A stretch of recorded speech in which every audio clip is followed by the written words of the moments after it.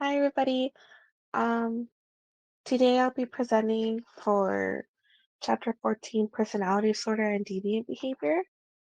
So starting off on this chapter, it begins by talking about how there are 10 personality disorders, according to DSM/IB. And what they do is that they group these 10 personality disorders into three clusters of syndromes or patterns based on their similarities. So the first cluster is cluster A, and this group, these individuals, their personality disorders often appear odd and eccentric. And the first one that we start off with is paranoid personality disorder, and paranoid personality disorder is a pattern of distrust and suspiciousness such that the other motors are interpreted as malevolent.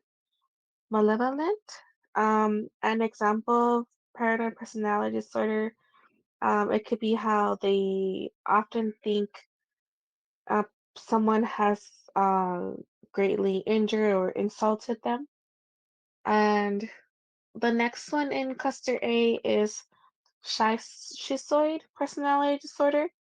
And what this one is a pattern of detachment from social relationships and a restricted range of emotional expression.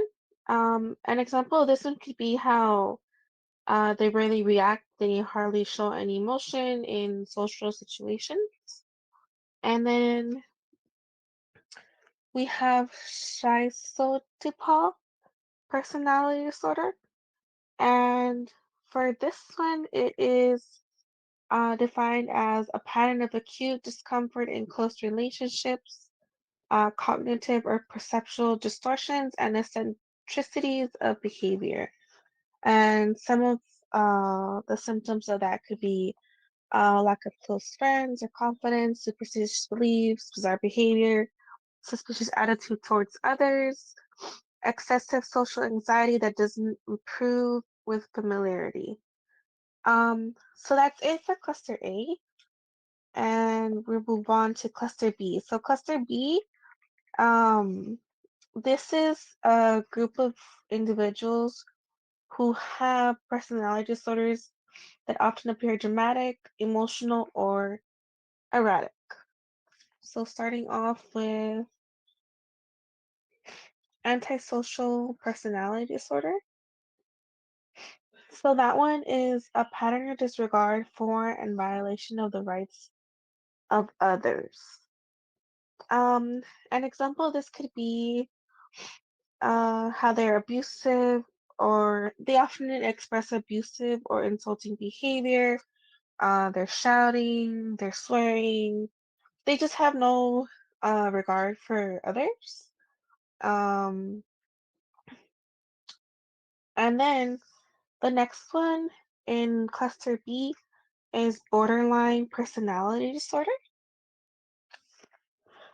Um, that one is defined as a pattern of instability in interpersonal relationships, self-image, and affects and marked impulsivity.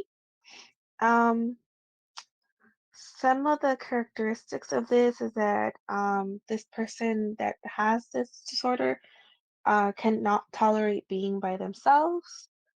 And it could also be triggered through rejection or if they perceive that they're being abandoned. The next one in cluster B is histrionic personality disorder, and this is a pattern of excessive emotionality and attention seeking. Um, this isn't to be confused with narcissism. Um, but I did want to give an example that this is something that affects the way a person thinks, perceives, and relates to others. Um, and the next one is narcissistic personality disorder. And this one is defined as a pattern of grandiosity, need for admiration, and lack of empathy. Um, I guess you could say that someone who's narcissistic someone who suffers from narcissistic personality disorder is more self-centered. It's all about them, basically. So moving on to cluster C now.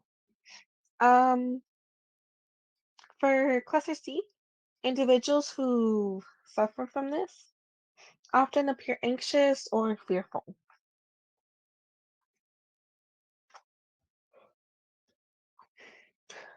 So the first one is avoidant personality disorder, and this is a pattern of social inhibition, feelings of inadequacy, and hypersensitivity to negative evaluation.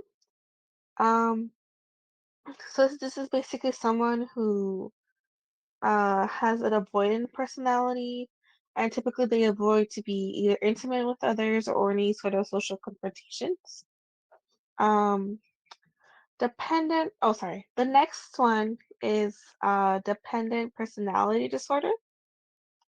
And this one is a pattern of submission and clinging behavior related to an excessive need to be taken care of. So this is basically when someone typically relies on another individual for practically anything and everything. And if they don't receive that attention, they believe that they're incapable of taking care of themselves, and sometimes they can fall into depression. Um, the next one and the last one from cluster C, from all of our clusters, it's obsessive compulsive personality disorder.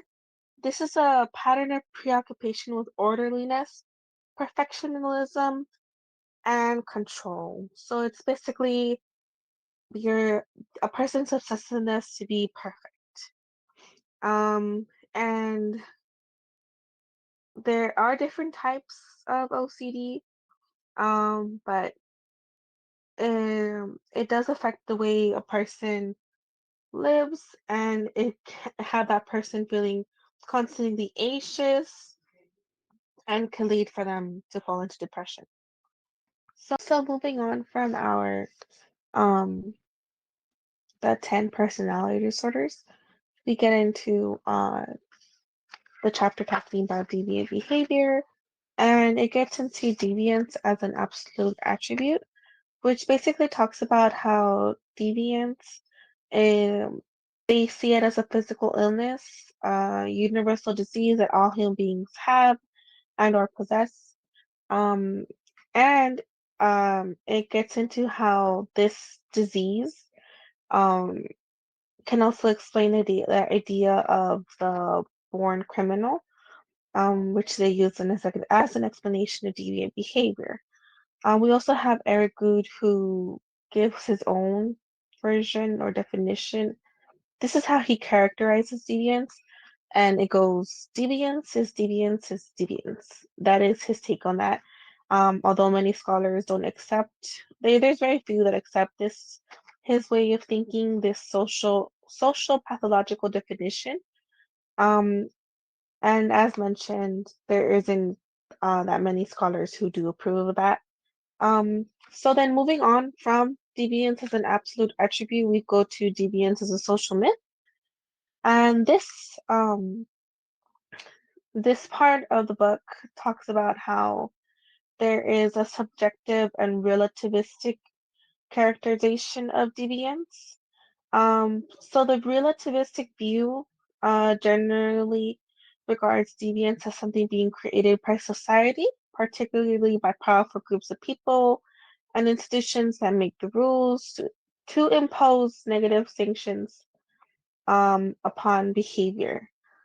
So this is kind of like if you do something deviant, judgment will be passed on through others. And then again, this definition of deviance is not based on facts or situations, but it's a subjective perception of what deviance is. Uh, so moving on from that one, we have deviance as abnormal behavior, the normative definition. So the normative definition has two conceptual levels of social norms, which is normal versus abnormal. Um, so they see deviance to some extent that it is in some cultures normal compared to another's or another societies, it could be considered abnormal. It basically saying how it's depends on the society or on the cultural beliefs of what they see as deviant. So in this sense, they're saying that what we see as abnormal won't seem abnormal to others. Um, so an issue that this does arise is what normalcy is, since um it has us question um the meaning of normalcy, what is accepted as norm, and if social norms and customs have evolved or have transcended into um, something completely different than what my other societies might see as culture as normal or acceptable. And it does bring up um, different concepts of normalcy, such as statistical normalcy, biological normalcy, physical normalcy, physiological normalcy, and social cultural normalcy. And we have deviance as a labeling process. Um, and we have how it talks about um, basically it starts off with how um, deviance is like beauty. Deviance, like beauty, is in the eye of the beholder. And it goes back to how I was mentioning that what we see as abnormal, other cultures don't, or we think is normal, vice versa. Same thing with deviance, how some cultures or audiences might think if something is deviant versus us thinking it is not. There are it does have some contradictory effects, but they do, however, go with one another. Um, and it talks about primary deviance and secondary deviance. So primary deviance is a social process. It refers to the behavior of violating social norms of a given group or social audience, versus secondary deviance, which develops when the primary deviant accepts the deviant identity and deviant role by participating in a deviant subculture.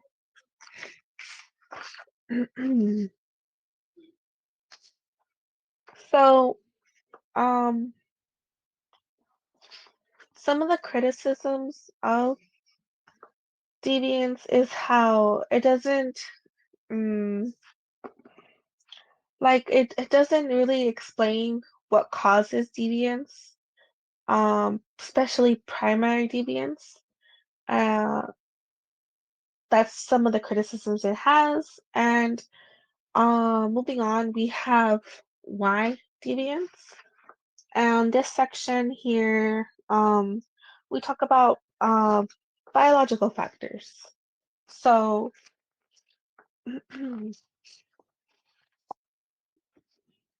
so for in biological factors, it basically talks about how there needs to be an interaction between the brain, behavior, and environment for there to be like it all has to connect in some way for there to be an effect in how um like it has to do with our social behavior and our physiological system.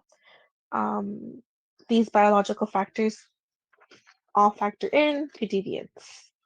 So the next it for biological factors, it also talks about how The effects of early childhood or adolescence is linked to psychological disorders. So we did talk about those first 10, going back to how I discussed earlier.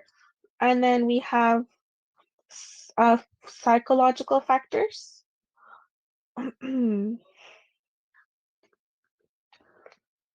So some psychological factors, like I said, could be how in someone's early childhood or early adolescence, it can um, get them to unfortunately pick up some of these psychological disorders. For example, a failure to conform to social norms or to with respect to lawful behaviors. Someone being aggressive, a recklessness for safety for themselves or others. Um, Basically, things like that can have someone pick up some of these psychological disorders. So we have social cultural factors as well, which are talking about, it talks about how deviant behavior is becoming normalized in America to the point where it has become a national culture where it is seen as normal, um, which therefore means that there needs to be there we need to analyze in terms of social and cultural determinants. Um, the reason being is because how, for example, it gives us the example of gun violence, and um, it talks about how to us we see this is our new normal, whereas in the rest of the world it's very shocking, like this type of thing rarely occurs. So it just talks about how this it's becoming normalized. Um, and it also brings up a very great example about comparing American culture to, for example, that of Japanese culture and how we value um, certain things over others. The reason it does bring up um, Japan, Japan's culture, the Japan's disciplinary culture, is because of their homicide rates. And of course, we have United States, which is at the all-time high when it comes to homicide rates compared to Japan, and which is fairly low. And the reason that this says that we have high rates is because each culture um, comes with good and not so good contents. Basically, how Japan is more disciplined and it's more orderly, but it is less free compared to that of America, which we have a lower degree of law, but we do ensure a higher degree of freedom and creativity, which does bring up the point how um, we we highly value freedom and creativity, but it's also making us vulnerable to these sort of deviances, which unfortunately are alienating us from the rest of the world, um, because they don't have as much deviance as the US. So then, uh, moving on um, to our conclusion. Um, Anomie is being normalized, and the postmodern generation has become desensitized. How we are becoming more desensitized to all the deviance around us, and we have this need to conduct um, of there is this need to emphasize a cultural critique that is long overdue, um, due to the normalization and due to the normalization of anomie in the U.S.